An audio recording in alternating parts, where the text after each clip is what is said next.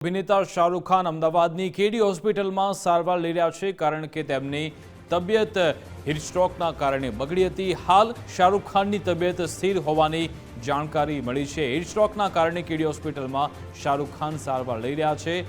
8મા floor પર VVIP રૂમમાં શાહરુખ ખાનને સારવાર હેઠળ રખાયા છે। શાહરુખ ખાનને આજે રાત્રે જ કદાચ તેમને હોસ્પિટલમાંથી ડિસ્ચાર્જ કરાઈ શકે છે, જો કે અંડર ઓબ્ઝર્વેશનમાં પણ રાખવામાં આવશે। હાલમાં હોસ્પિટલમાં ગૌરી ખાન અને સુહાના ખાન હાજર છે। શાહરુખ ખાનને કાલે વહેલી સવારે ડિસ્ચાર્જ કરી શકે છે તેવી હાલ જાણકારી મળી છે। ગઈકાલે જ દીકરી સુહાનાનો બર્થડે અને જીતનો જશ્ન મનાવ્યો હતો। હોસ્પિટલ બહાર હાલ પોલીસનો ચુસ્ત બંદોબસ્ત પણ ગોઠવાયો છે। અભિનેત્રી જુહી ચાવલા પણ હોસ્પિટલમાં હાજર છે। છેલ્લા 10 કલાકથી શાહરુખ ખાન સારવાર હેઠળ છે।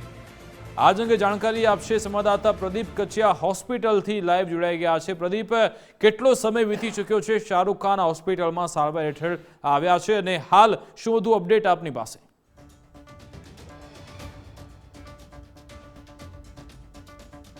આજે બપોરે 1 વાગ્યાની આસપાસ શાહરુખ ખાન જે છે તેમને અમદાવાદ સ્થિત વૈષ્ણોદેવી નજીક આવેલી કેડી હોસ્પિટલ ખાતે જે છે તે લાવવામાં આવ્યા હતા।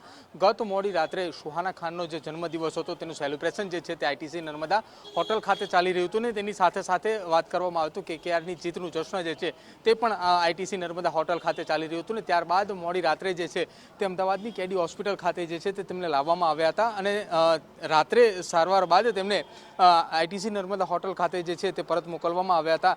પરંતુ આજે બપોરે 1 વાગ્યાની આસપાસનો સમયગાળો હતો ત્યારે ફરીવાર શાહરુખ ખાન જે છે તેઓ અહીંયા સારવાર માટે પહોંચ્યા હતા અને તેની સાથે સાથે વાત કરવામાં આવતું ગૌરી ખાન અને સુહાના જે છે તે પણ અહીંયા પહોંચ્યા હતા। આ બધાની જ્યારે અહીંયા પહોંચ્યા હતા સારવાર જ્યારે શાહરુખ ખાનની ચાલી રહી હતી તે દરમિયાન જુહી ચાવલા જે છે તે પણ અહીંયા આવી હતી અને તેની સાથે સાથે જય મહેતા જે છે તે પણ અહીંયા આવ્યા હતા। હાલ તો કેડી હોસ્પિટલના 8મા ફ્લોર ઉપર તેની સારવાર જે છે તે ચાલી રહી છે। ડૉક્ટરના ઓબ્ઝર્વેશન હેઠળ શાહરુખ ખાનને જે છે તે રાખવામાં આવ્યા છે। અહીંયા હોસ્પિટલની બહારની તરફની જો વાત કરવામાં આવે તો પોલીસનો બંદોબસ્ત જે છે તે પણ ગોઠવી દેવામાં આવ્યો છે। હોસ્પિટલની અંદરથી ડૉક્ટર દ્વારા એવું પણ કહેવામાં આવ્યું છે કે હાલ તેમની તબિયત જે છે તે સ્થિર હોવાની વાત કરી રહ્યા છે। આવતીકાલે વહેલી સવારે જે છે તે તેમને ડિસ્ચાર્જ કરી શકે તેવી પણ શક્યતાઓ છે। જો કે બપોરના લગભગ 12થી 1 વાગ્યાની સમય દરમિયાન અમદાવાદ એરપોર્ટથી તેમની મુંબઈ ખાતે જે છે તે પરત ફ્લાઇટ હોવાની પણ માહિતી જે છે તે પણ સામે આવી રહી છે।